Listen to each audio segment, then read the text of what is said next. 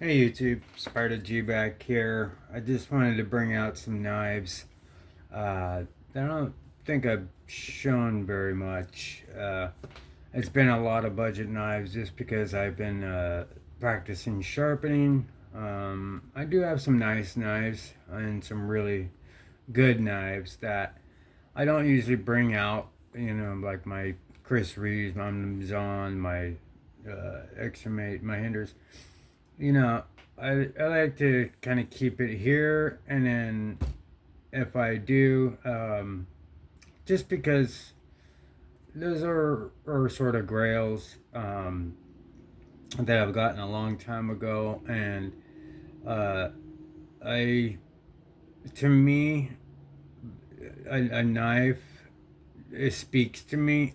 I'll get it, and wherever it comes from, if it speaks to me, I'll get it. But some of these knives, all of these knives, I think except for this one, these two, but even this one, I don't even know if they make this one anymore. It's like the DLC, but I think you can get these. You could also get the F5.5, which I have one listed, but this one is far and beyond the one I have up there. The other one is just fine. It's just an older model, and it's micarta. This one is an Urban EDC Supply exclusive. It's titanium with Sagaha pattern etched in there. T8s all the way around. Just beautiful. This one I've never touched. Um, I put there was some uh, blade protectant I put on it, and that's about it. I've never sharpened it. I maybe have stropped it, but barely. Um, you could see there that that is the factory edge. I haven't touched it one bit. I haven't ran a box. I don't even think I've ran very much paper through. Let me see. I don't even know how this edge is. Yeah, so it's not the sharpest because it's factory. And this one was sort of a grail because I am just a nut for titanium, and not only titanium, plain Jane, and not only plain Jane, Sagaha pattern uh, titanium. Like I have a Manix 2 in aluminum metamboss Sagaha etched scales. Also, I have slabs of of titanium scales for my Manix 2 in S30V. I'm thinking about listing that one. I have the G10 scales, aftermarket regular slab scales like I have on my Para 3, and then I have the aluminum metamboss Sagaha pattern scales. Um, that one's I might list that one, but with everything that it comes with, you know, you gotta understand the pricing. I know it's not like Magna Cut or Rex 45, but it's still a Manix 2, not a lightweight, full size coil spring lock. One of the strongest locks, I believe. But this one, nothing on the blade whatsoever. That's just smudges, no usage whatsoever. It is coarse writing on skiffs. I haven't even broken it in as much as the other one. This is just, I haven't lubed it or anything. This is pure skiff and just the fit and finish. The thing about skiffs is they are closed both ends. So what ends up happening, like the silicone ones I like, is they just make it stable. They kind of bring everything together. The brass ones that kind of have a half open, you could almost feel sometimes like it's a little loose or a little wobbly in there. But what the skiffs do is they're phosphorus bronze with ceramics enclosed in them all the way around, closed on both ends. So what that does is it could line everything up perfectly to how it's supposed to be, you know. And the other bearings, the brass bearings, are trying to do that, but there's an open end. So with that closed in, and it's just the ceramic balls that are doing the work on that blade tang with that track, it is building a very good track. I have, when I first got it, I took the bearings out and immediately put skiffs so that it wouldn't create any type of different track. So if I one day decide to list this, it won't be cheap, but it will have skiffs, it'll have original bearings, and then, let's see, my titanium backspacer. I don't know. I don't know if I'm gonna. M390 steel. It's such a badass knife right here. But I'm thinking about it, and it's not something I'm gonna mess around with. I put it up there for a price. I want that price, but it'll be fair what it's worth. Next we have here is the Militao.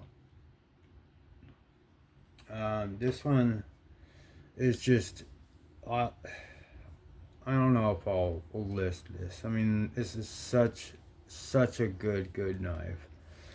I really did want the black DLC, but I really like my Carta and titanium, you know, my plain Jane. So this to me was, I kind of found it better than the DLC. I don't know. It was like the DLC is awesome, non-scratch, but just the way I like the stonewash blade, Kaiser's finish on the blade, their micarta, the everything with this. I mean, it is just an awesome knife. And then I have the mini in Nitro V. Not as good as this opening, but it is pretty smooth. S35VN steel. Is that on skids? I don't think, no, that's on, I think that's on the silicons. So yeah, this is a damn good knife. I know, I don't, did I sharpen this one? Of course I sharpened this one. I think this has a 17.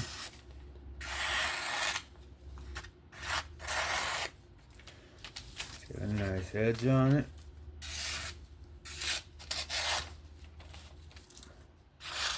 Could probably use a strop, but it's not what we're here for. These are just very good condition knives that I'm thinking about listing, but not sure. Also, I don't remember last time I brought these ones out. This Veritas, I put a 16-degree angle on it when I first got it. Man, this thing is a slicer, but I still haven't used, I never used this for any hard use. I just sharpened it. And are you on skiffs? You might be on skiffs. Any knives that I like that are worth it to me, I'll put skiffs. I can't really tell, but feels like it is. If not, doesn't need it. Dead nut centered, great front flipper, Lundquist design. I have a bunch of his knives. I love his design lines. Same with Jonathan Styles, and of course Colin Mason Pierre with all his Devo knives, and of course Mr. Bridgeport over there with 395 V1, 395 V2. This is in 14C, 20 CV. These are very hard to get a hold of. So are these. This one has got a great edge on it. I mean, about 16 degrees. I mean, that's how sick it gets.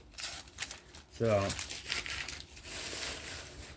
maybe I'll just keep everything at like a 17. I just wanted strength in my blades, but I'm usually a slicer as it is, so I think that's what I'll do is I'll just lay it back a lot. And I just didn't want large obnoxious bevels, but this one did get one, so I think 17 is like a good Goldilocks zone. Now this is the MASH V2, and I haven't picked this one up in a long time. I barely used this one as well, but it has been used. I love this. Is one of my favorites of Devo knives. Just because they were cheaper back then. And they use 14C titanium. This thing is fall shut, perfect. And I wish I would have been on time to get the all plain Jane one. This is great. Edge on it, I don't even know. Yeah, without hollow grind, you're gonna have at least a good edge on it, no matter what, from that geometry. But this is a very good knife. It is not sold anywhere, so if I do list it, it is what it is. This one is on skiffs. All the Devos are on skiffs, and so is the Bridgeports, and so is the F5.5.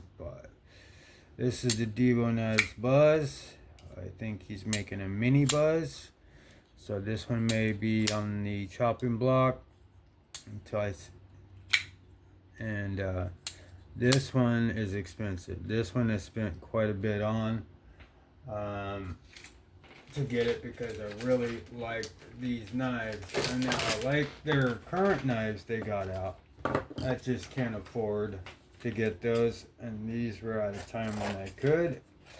And I was getting his budget versions, and then the things I was able to get was I was able to get these, and then I think the last one was the mini growler in S90B and the pony stout in S90B, because then they started getting up to like 160 or something like that, and then from there it just kind of took off and was out of my reach. So that's why I like the older stuff, but it's great. His new stuff is just awesome, especially that Binge. I mean, that's a good looking one. But this one, I sharpen like crazy. It's not hard to do. 20 CV. Contoured micarta. Yeah, I might post this one. It is on skiffs. It's got a great detent. It's not too crazy. If you go up here, I mean, I got finger strength, so I don't know how everybody else is, but I like this knife a lot. But it is dead nut centered, wire T8s, lefty friendly, of course. And I think I got some extra parts for this as well. So that's the Devo Knives Buzz. This is the growler. Let me see if I could put that stout of its detent.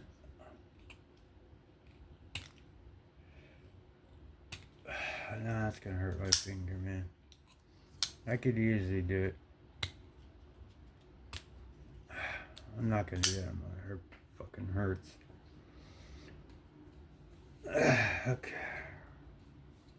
Yeah, this one I have the blue and the satin, and then I have a gold.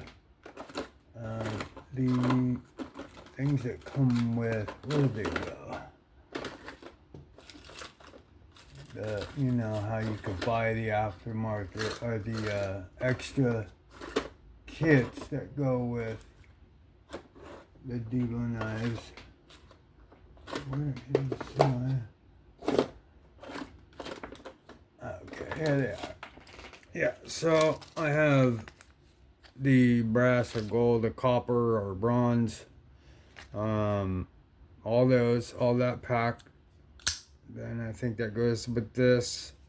Um, the mini growler will fit the pivot collars in the hardware, but it will not fit the backspacer because it's a smaller one.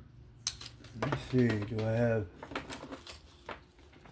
Here is the satin stonewash version of it. This is the... Yeah, this is for the growler as well. So again, you could put the satin on, the satin hardware on. I just put the blue on for a pop of color. I could put the stonewash back on and have everything match, or I could put all in gold. But if I list them, this is riding on skiffs. You'll have the bearings, you'll have these, and then I'll add these 2 packs, and probably the listing will be what it is, you know. So just remember, these are hard to get, especially the carbon fiber ones. Really, any of the V2s. V1s are out there. I got one, I love it. But this one is in... Is this 154 or is this 14C? Oh, it would be... I think it puts it right here. Yeah, this is 14C, 28N, which is fantastic.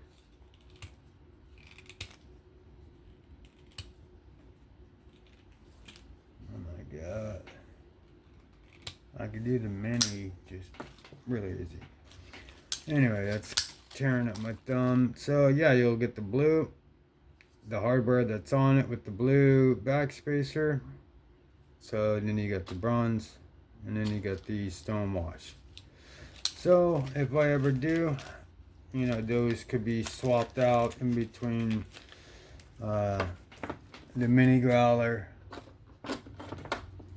and then I think I have some extra hardware for the buds as well, and I think for the mash as well. This is Bridgeport Knives 395. I would have loved to have gotten in on that Bodie, but unfortunately I cannot get it. But these are well sought after. 14C titanium on skiffs, just incredibly smooth. 395 B1 with that hole. The jimping is useful. It's hollow grind. It's like got one of my favorite blade shapes on it. That type of sort of sheep's foot, drop point, reverse. It just looks pretty good. And then the V2 has a similar blade, but it has a thumb stud, and it's in 20 CV and in micarta. You've got great access to that lock bar, and this one is just as smooth, if not smoother. The skiffs are a big contributor because these are very light, very light, especially this one because of the micarta. So drops, comes straight down, and I have it cranked, you know, just to the point of, you know, not feeling them bearings, because if anymore it'd be, it's already guillotines, you know. So but yeah, these are well sought after knives, so they will be priced. These are knives I hunted down. Some of them are grails, Some of them are just highly sought after. Like this was a grail. This was a grail. Um, this was a very want because of Lundquist. I love this blade shape. And the guy who made this, I think he was under 18 years old. So that was just in itself amazing that the person who made this was a minor. And that is amazing, amazing talent. And he's still going. Gotten a little older, but his knives have gotten even better. I mean, just came out just swinging, hitting home runs. But that's these knives here. Just a quick overview of everything here. Just some of the other knives I have. I'll kind of do this. Like I have some Devos up here. Like here you have the Pony Stout in S90V, all plain Jane titanium. I chose it. There was other ones available, but I chose this one. Look at that lock bar access. With that milling right there. It's that wire clip and the soft or the smooth. It just slides right in and out of the pocket. I'm okay with wire clips because these kind of clips they're cool if you have jeans. They go straight in. But if you are wearing pants that are like work pants, like a Dickies or something like that with cargos, it's the pockets are on the side, so it's sticking in your pocket this way, so it doesn't really help hide the knife. But something with a wire, it'll carry deep and is really not that much sticking out when you're at a workplace. But this S90V, it's very difficult for me to give up S90V, but this does have a hollow grind, perfect detent, dead nut centered, and a wicked edge on it. I think I put on recently. Just grabs onto that paper and won't let go. Just it's going through whatever it's gonna hit.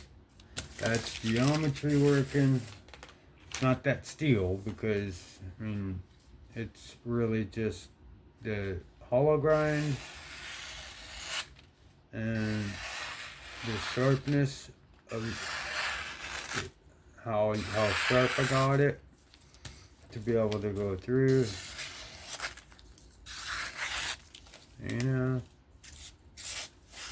I love S90V. Love sharpening S90V. So that's a couple of Devos, a Lundquist, an Urban EDC, Bridgeport. Just wanted to show some knives that could possibly be on Bladebinge. I guess I'll put this one out here too, just to kind of show you. I'll probably do the thumbnail like this, and now please don't hit me up in the comments like, oh, did you list those? Did you list those? Did you list those? I mean, you're just gonna have to keep an eye on Bladebinge and see. And if I do on any of these, I'll make a video on the ones that are out, that are currently listed or I'm about to list, to try to give a little heads up. But I gotta keep it fair during due to the policies and procedures of that. I can't really do any inside deals. It's got to be fair. So this one's just got. I just love cutting. But yeah, I mean, there's some other ones too. So keep an eye out on Bladebinge. Keep an eye out on my videos. This is I did a couple today. It was a sharpening and a cleaning out of a gonzo, two gonzos that I sharpened to practice on knives with some really pronounced bellies. But yeah, that'll do it for me. If you found this interesting, please give me a like, sub, comment. Like I said, a couple of these may go up, and you just never know. But I have some listed as it is. Uh, I did put all new, brand new edges on the budget knives I have down there, so they're all extremely sharp. Uh, Take a look at those, pick those up, and yeah, that'll be it for me. And y'all be safe, have fun. I'll catch you on the next one. Peace.